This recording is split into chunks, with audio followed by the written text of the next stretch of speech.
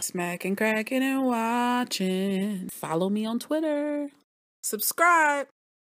Yeah. Midnight Texas, Season 1, Episode 7. This episode is called Angel Heart. Angel Heart. Who's our angel? Joe. Let's get to it. Last week on Midnight Texas, Joe spread his wings. He flew, and everyone knows he's scared. Connor was a killer. Connor was the one who was putting all these bodies away. All these missing women. Wow. Didn't see that one coming. Creek dad's a nut. We knew that. We knew her daddy was crazy. They had this homebred serial killer right in good old Midnight. Welcome to Midnight.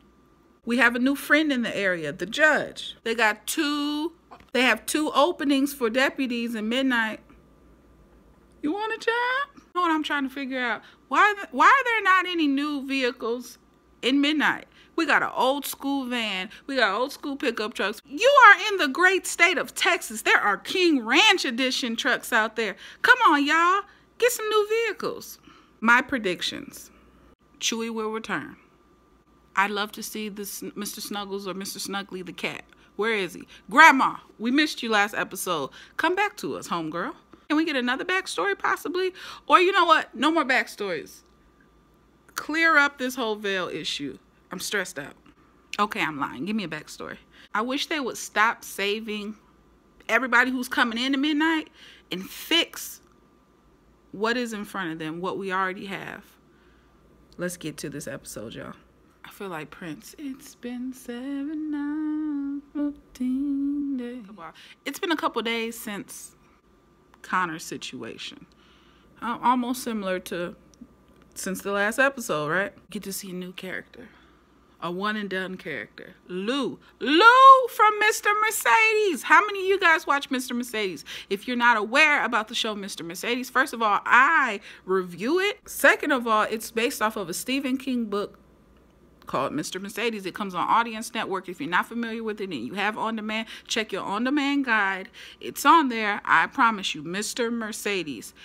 You like drama? You like suspense? When I say suspense, I'm talking about suspense, okay? Great show. She plays a character on it. She plays Bowie on this episode, but on that show, she's awesome on that show. Check it out. She plays Lou. So when I saw her in the beginning, I'm like, Lou! Ah! Girl, does Mr. Mercedes know where you're at? Does he know you've been out for centuries doing this? Joe's been out flying for hundreds of years, millenniums, for a millennium, he said. In the beginning, it says a millennium ago. Wow. We see Bowie and Joe, not red blood, not, blood exposed, how blood turns dark when it's exposed to oxygen. No, this is black, nasty demon blood. This is like the nasty, thick paste, disgusting, crazy. They're killing people in the same Midnight location. See Bowie walking with another guy who ends up being a demon. Basically saying, hey, Joe used his powers. It did something to me on the inside, like his spirit came and it allowed me to see a vision that said, hey, come to this area, come to this particular location. This is where he's at and we're both headed there. She's prejudiced. She's a prejudiced fallen angel.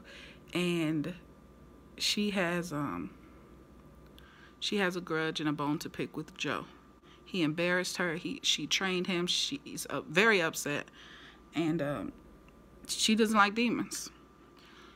Turns out the dude she's walking on the road with is a demon, so she double kills him. He was already dead, and she double killed him.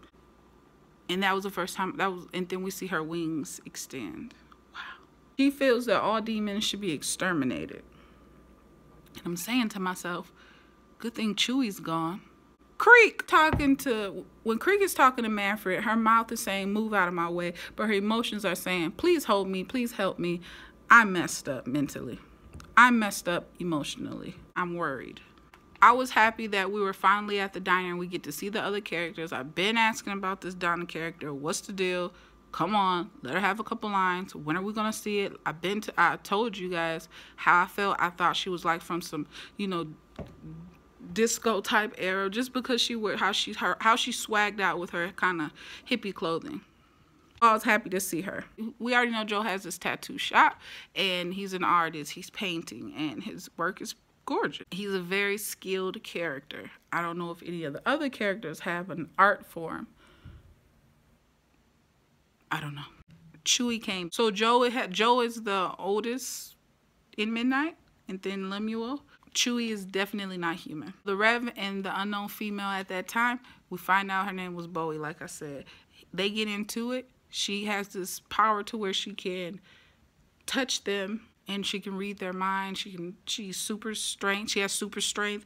She has super speed. She's cold, blunt. You know, there's no in between. There's no give with her. Cool for a character, right?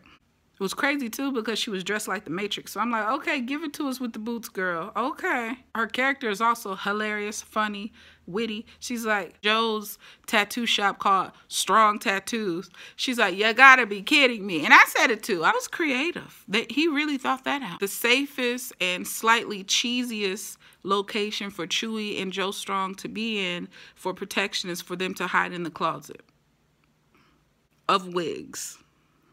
Okay, Lemuel. Lemuel has the coldest collection of silk pajamas. I'm talking about TLC. They don't have nothing on him. Lemuel is so swagged out in his efforts for just flawless, effortless, relaxing clothing options. Yes, Lemuel. Give it to us, Mr. Chocolate. The whole squad is at Olivia's because she's got the arsenal. She's a safe, you know, she's the protector. Manfred.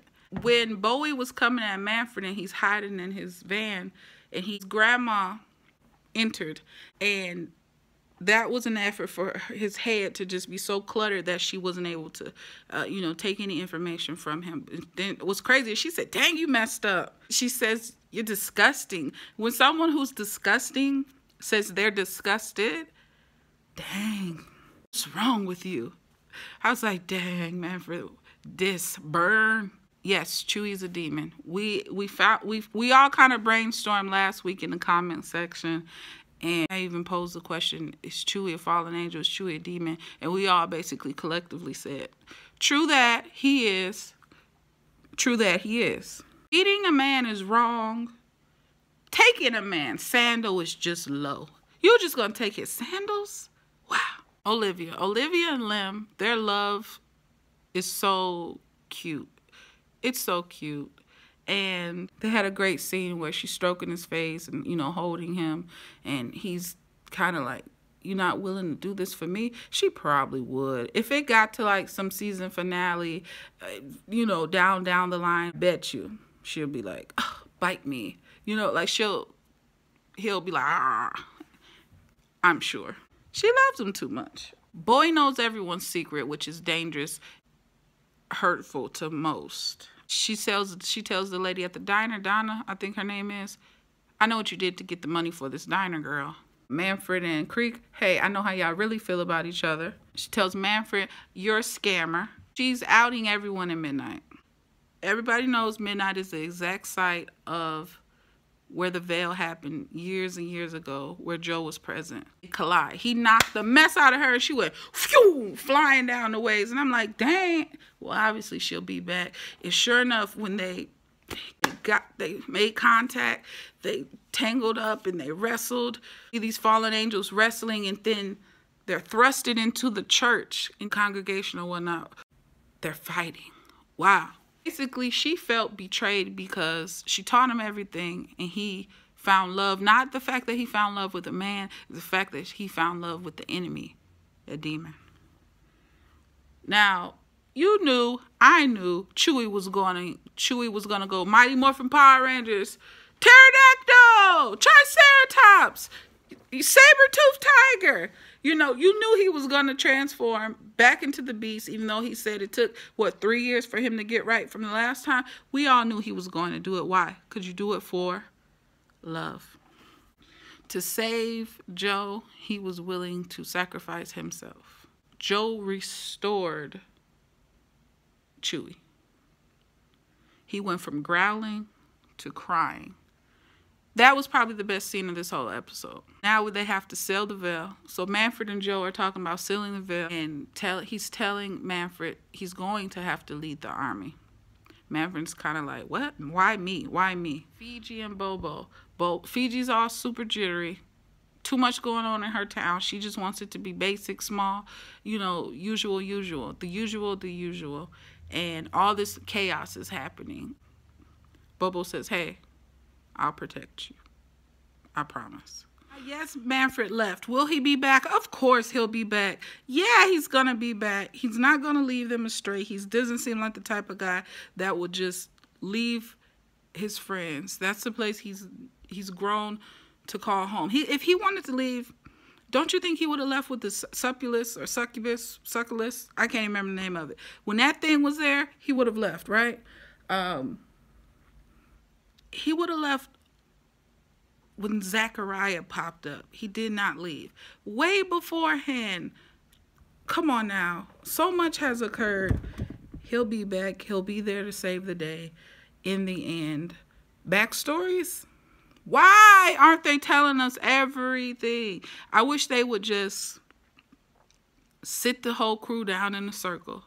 And everybody, we already know Lemuel. We know Joe. We know Manfred. Can we find out everything about Fiji? We found out what's the deal. We know the background with Bobo. We know Connor's issue. He's gone. He's dead. We still kind of don't really know what the heck Creek's deal is.